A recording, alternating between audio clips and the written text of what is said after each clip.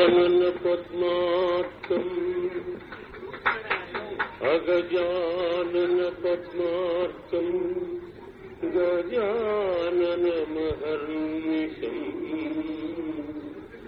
అనేకదం తం భక్తానాం ఏకదంతముపాస్మహే ఏకదంతముపాస్మహే.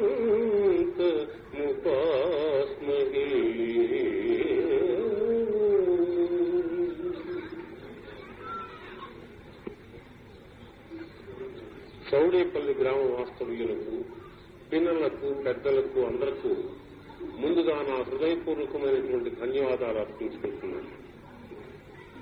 నాకు ఈ మధ్యన ఒక 5 మాసాలై చాలా సృష్టి చేసింది.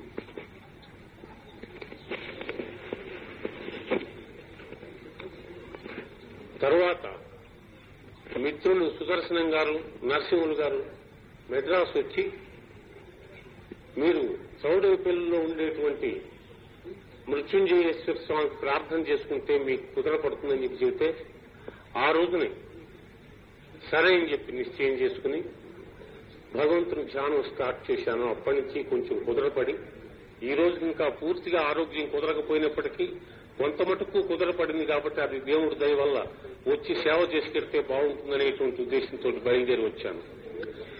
అదే కాకుండా ముఖ్యంగా ప్రతి వాడికి సొంత ఊరు వెళ్లి 10 మంది స్నేహితుల్ని, 10 మంది మిత్రుల్ని, బంధువుల్ని అందరినీ చూసుకొస్తే చాలా కుతూహలంగా ఉంటుంది కాదు.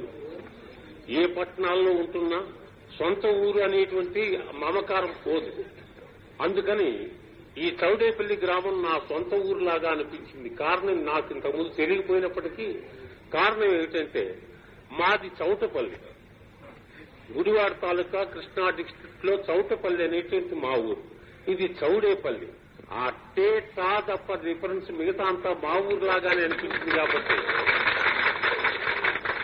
తప్పకుండా వచ్చి తప్పకుండా దేవుడి దర్శనం చేసుకుని దేవుడి ఆశీస్సులు పొంది వెళ్ళాలి, 10 మంది కొత్త మిత్రుల్ని కలుసుకోవాలి కొత్త సంవత్సరంలో అనేటువంటి అభిలాష రేకెత్తి వెంటనే బయలుదేరి వచ్చాను. ఇంకా పనులు ప్రారంభించక ముందే కొంచెంగా ప్రారంభం చేశాను. పూర్వం పాడేటువంటి స్థితి ఇప్పుడు లేకపోయినప్పటికీ ఈ మృత్యుంజయేశ్వర స్వామి దయ వల్ల మళ్లీ కలుగుతుందనేటువంటి ఆశ నాకు పూర్తిగా కలిగి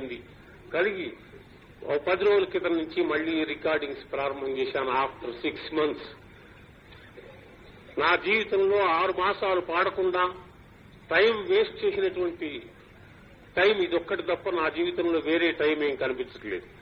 నేను రోజుకి 20 గంటలు, 15 గంటలు, 14 గంటలు పాడుతూ ఉంటాను. అలాంటిది బెడ్ రిటర్న్ గా కంప్లీట్ 5 మాసాలు బెడ్ లోనే ఉండి ఇప్పుడు కొంచెం కులాసా చెక్కి మీ అందరి దర్శనం చేసుకునేటువంటి భాగ్యం ఆ భగవంతుడు నాకు కలగజేశాడు. మీలాంటి మిత్రులందరూ ఇంత అభిమానంతో నన్ను గౌరవించి నా సంగీతం ఉండేటువంటి దాని మీద ఉన్నటువంటి మమకారం కొద్దీ నన్ను కూడా మీలో ఒకడినిగా చేసుకుని ఇంత గౌరవం చేసి ఇక్కడ ఈ సన్మానం జరిపినందుకు 10 మంది స్నేహితులు నాకు కలిసినందుకు ఇదంతా ఆ అభీష్ట మృత్యుంజయేశ్వర స్వామి తాలూకు అనుగ్రహం అని అనుకుంటూ ఇప్పుడు వారెవరు చెప్పారు. తర్వాత వీరు చెప్పిన రోజునే నాకు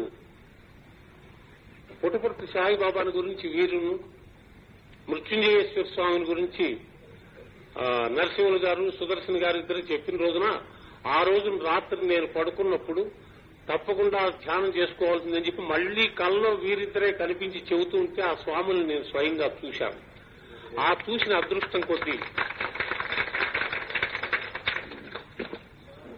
వచ్చి ఇక్కడ దేవుడి దర్శనం చేసుకోవాలి, దేవుడికి అభిషేకం చేసుకుంటే నేను బతుకున్నంత కాలం పాడుకునే స్థితి కలిగిస్తాడనేటువంటి అదృష్టం నాకు కలుగుతుందని చెప్పి అదే ఉద్దేశంతో వచ్చాను.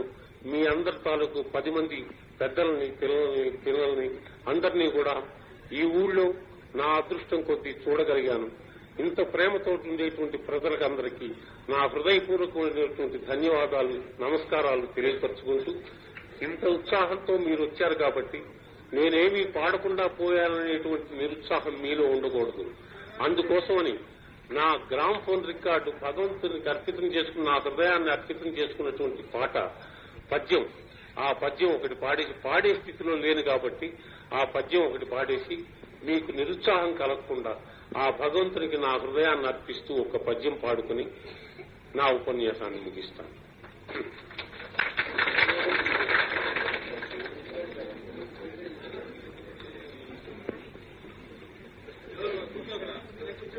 కూర్చుండమా ఇంత కురిచీలు లేవు నా ప్రణయాంకమీ సిద్ధపరచంతి.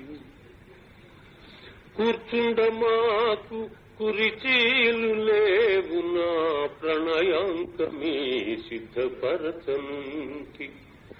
పాద్యము నిడమాకు పన్నీరు లేదు నా కన్నీళ్లతో కాళ్ళు కడుగనుంటి.